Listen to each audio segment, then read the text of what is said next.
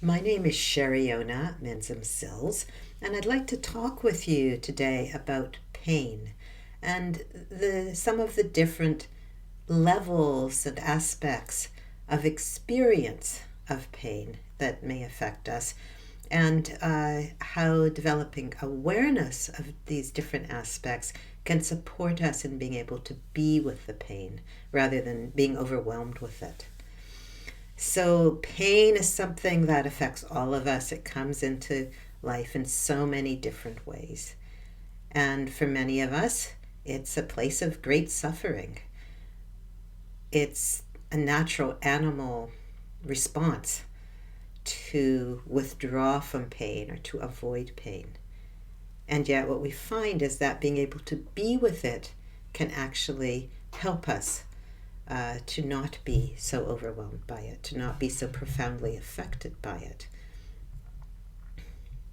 So, pain can affect us in purely physiological ways, and it can also have emotional overtones. And I'd like to talk about both of these aspects. In physiological terms, pain is perceived by our sensory nervous system. We have sensory receptors called nociceptors, which are designed to sense pain and to sense danger. They're looking for danger. So when we experience something as painful, our nociceptors in that area, whatever it is, wherever it is, are stimulated, and they send messages through the nervous system. So let's say I burn my finger. There's a message of pain, goes up to my spinal segment, my spinal cord, and there's a reflex that it goes back down, tells my muscles to pull my finger away from the flame. That's very useful. And that happens almost instantaneously, which is also very useful, very protective. There's also a message that goes up to my brain a bit more slowly than that and lets me know what's happened. So I can put it into context. I can, with my higher brain, with my cortex, I can take that information and compare it to past experiences and evaluate it and integrate it. So that doesn't sound too overwhelming so far, and hopefully I've pulled my finger away fast enough that I didn't get too much of a burn. But let's say the experience of pain, whatever it is overwhelming. It's much more than that, or it becomes chronic and just keeps going and going and going. People with chronic pain are typically prone to depression, and they often find that they're already in a stressed out state, and so every little thing starts to become overwhelming. I don't know if you resonate with that or know people who have had that experience. So what's happened there with chronic pain is that their nociceptive system has become overwhelmed. And when pain keeps happening again and again, the same message keeps happening, going to the spinal cord segment, excuse me, and then up to the brain repeatedly, is that these aspects of the nervous system can become sensitized. They actually go through physiological changes so that they become overly sensitive and they start responding to everything as if it was painful, as if it was dangerous. And again, you may relate to that. So if you or somebody you know is in a situation of having chronic pain, it may be that the thing that originally has caused the pain has actually resolved, but the messages are still going through to the spinal cord and probably up to the brain to let it know that there's danger. It's gotten to be a repetitive loop. And when there's danger, when the message of danger comes up to the brain responds appropriately for danger, which means that the sympathetic fight-flight nervous system is set off. Usually the amygdala, just inside here, which is like a sentry of the brain for evaluating if something is dangerous or not, will respond and very quickly saying, oh, this is bad, danger, we need to protect ourselves. And it sets off a stress response. When that stress response happens again and again, that system, the whole stress response system in the nervous system, can become sensitized so that everything starts to set it off again and again. And that can lead to depression and to overwhelm. The whole system is in a stressed out state. There are things we can do in those situations. Part of my work, my background is as a craniosacral therapist, and part of what we teach in our training is how to work with nociceptive sensitization to help calm it down, to help reverse it. And it could be really profound and life-changing. I had an elderly lady come to me once who was suicidal. She had fibromyalgia. She'd been in pain, severe pain for years, and she couldn't do anything that was meaningful to her. She couldn't really do much of anything. She was just in too much pain. After one treatment, working with her nociceptive system, she started to feel hope for the first time in years. And I think it was after the second treatment, maybe the third, I can't remember because it was years ago, she was back to her life. She was back to doing things that were important to her, going out with her friends, playing bridge, I think it was. She was back to enjoying her life. She got her life back. It still touches me. This was a lady who was ready to kill herself because she'd given up hope entirely. Pain can be so overwhelming. We know that there are other ways to be with pain that can be supportive of shifting the pain. Mindfulness practice has been shown to actually reduce our experience of pain.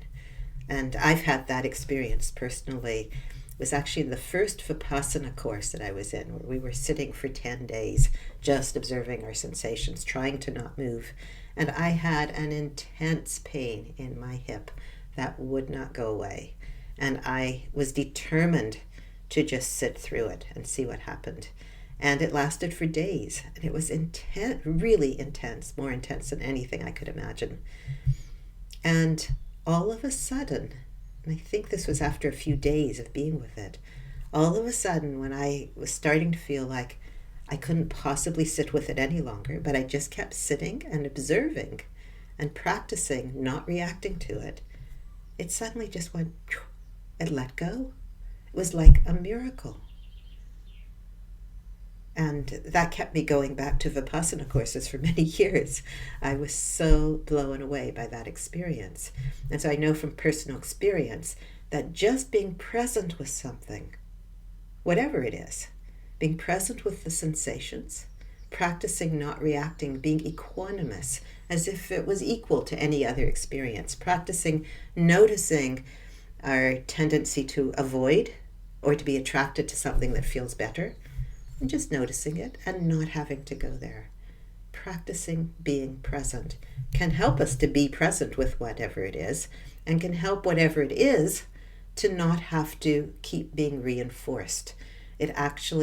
Mindfulness actually changes the neural patterns, the patterns in the brain and nervous system, so that we don't keep going to the amygdala that says danger, danger, danger. We don't keep going to the stress response.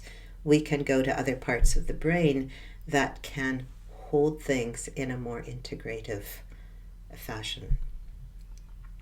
And so healing can actually occur.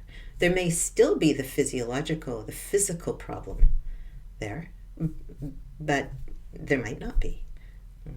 It may have gone long ago and we're still reacting to a neural sensitized pattern.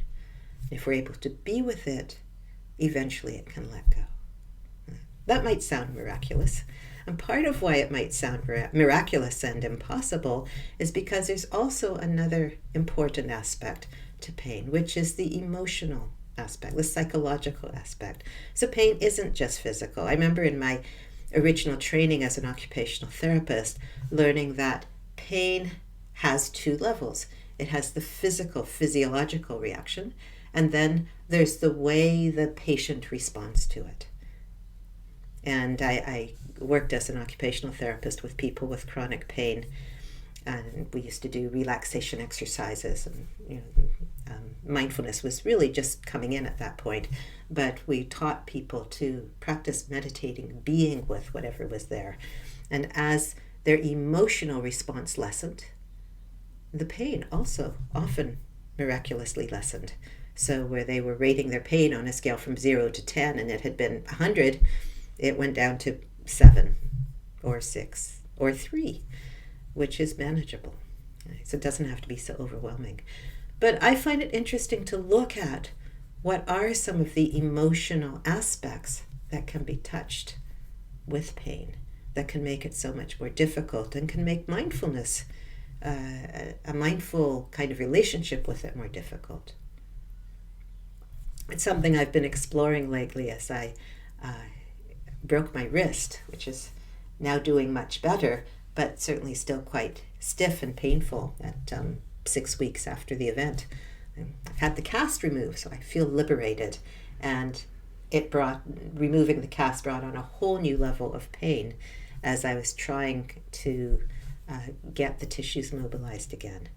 And that's been a whole journey in itself. But one of the things that I've really been looking at with this whole experience is how my history has been touched through the pain. And I see this all the time with my clients and students, that when we have pain, it's as if we experience the echoes of our past. And that can be a time in our past when we had similar pain, physical pain. So we might be on some level revisiting, usually on a neurological level, revisiting an accident or an injury from the past. It could be revisiting a very early painful experience like birth, for example. Most of us don't consciously remember the pain of birth, but for many of us it was painful. The degree of compression on the head, for example, can be quite painful. The degree of compression, the forces on other parts of the body, like the shoulders or the hips, the compressive forces this way, can all be painful for the baby. And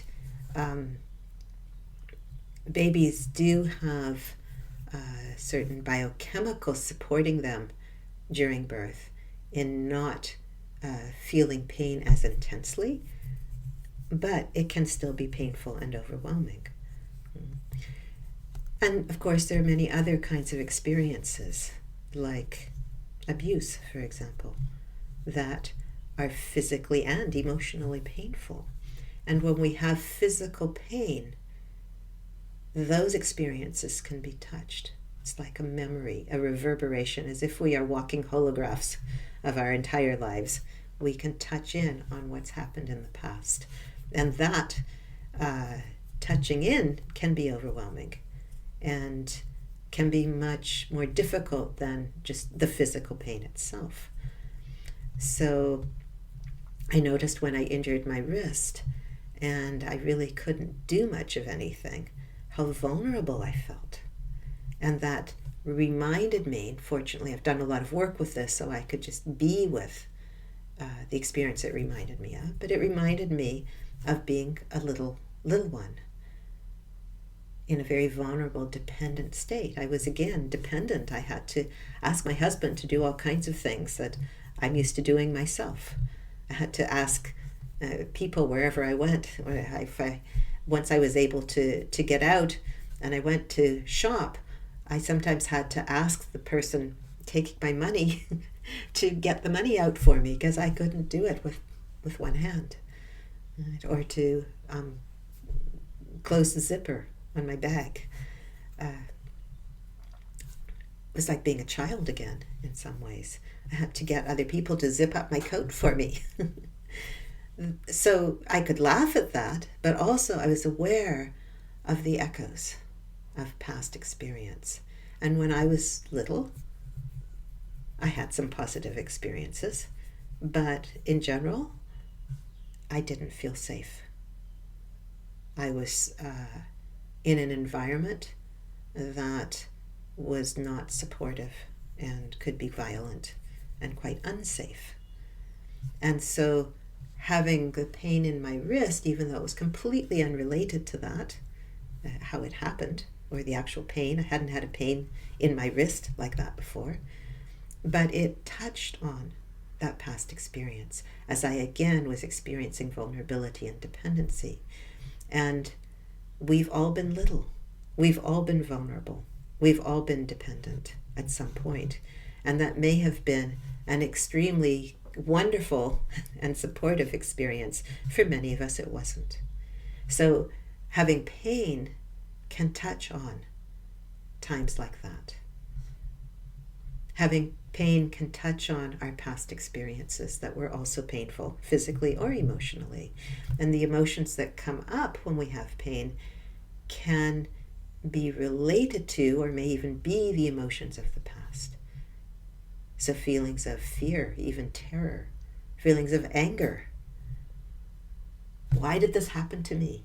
May actually be about, why did that happen to me back then? I'm not saying it's necessarily like that, but useful to look at. What is this actually bringing up for me? When you have pain, what does it actually touch for you? Knowing that you're an individual, you're unique with your own unique experience in life, and that your life comes with you. It's remembered in your cells, if not consciously. It's remembered in your tissues. And we can touch upon that again at any time.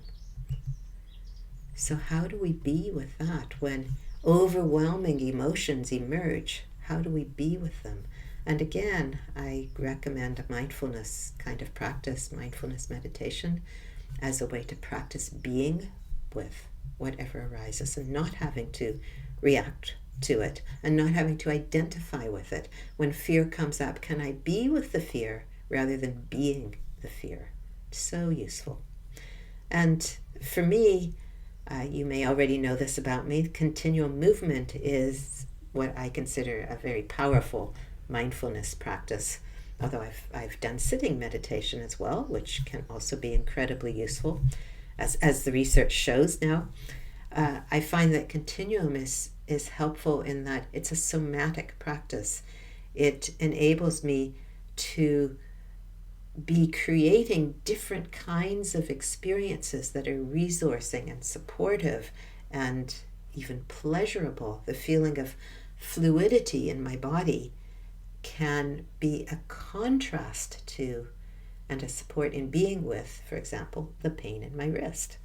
So that the pain in my wrist isn't the whole picture, it's a tiny little piece of the picture. And the flow that is our natural, inherent state of fluidity can support things in changing. I talk about coming back to our original potential, the potential that we had as little embryos before our cells differentiated into bone cells and blood cells and whatever. They had the potential to become anything. And when we settle ourselves, when we slow down and let ourselves come into a state of presence, we begin to access that state of potential. And I find continuum is a very direct way to do that. It takes us right back into an embryonic, primordial state of fluidity. But however you do that, I encourage you to find ways to practice being. Being. It's like our original state. The babies know how to be. There are many things they don't know how to do yet, but they know how to be. And being takes us into present time, so that if things in the past are coming up, we can observe them from here, rather than falling into them and drowning in that experience. So it gives us hope, It gives us potential. And I wish that for you. Thank you for listening. I'd love to hear if you have any of your own experiences around pain and being and mindful presence that you'd like to share. Feel free to email me at sheriona@sheriona.com or to leave a comment on my blog. And thank you.